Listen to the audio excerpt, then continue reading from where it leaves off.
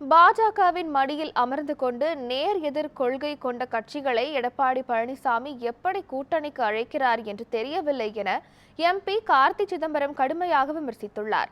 சிவகங்கை மாவட்டம் காரைக்குடியில் காங்கிரஸ் கட்சி சார்பில் அரசியல் அமைப்பு சட்டத்தை காப்பாற்றுவோம் என்ற பிரச்சார நடைபயணம் நடைபெற்றது. இதில் கலந்து கொண்ட எம்பி கார்த்தி சிதம்பரம் விஜய் கட்சிக்கு எனர்ஜி இருக்கு என்றும் திமுக அதிமுக வேண்டாம் என நினைக்கும் வாக்காளர்கள் காலம் காலமாக தமிழகத்தில் உள்ளார்கள் என்றும் அவர் தெரிவித்தார். மேலும் அதிமுகவின் பலமே இரட்டை இலைதான் என்றும் காமராஜர் குறித்த சர்ச்சை தேவையற்றது என்றும் அவர் தெரிவித்தார். அவர் ஒரு மூத்த அரசியல்வாதி.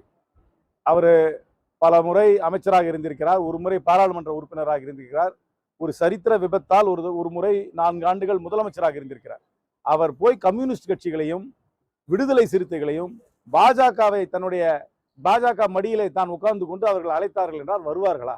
அதை அவர் சிந்தித்து பார்க்க வேண்டாமா? இவ்வளவு அரசியல் அனுபவமிக்கவர் எப்படி நேர் எதிர் கொள்கையில் கொண்ட கம்யூனிஸ்ட் கட்சியையும் விடுதலை சிறுத்தையும் பாஜக மடியிலே உட்கார்ந்து கொண்டு அழைக்கிறார் என்று எனக்கு புரியவில்லை.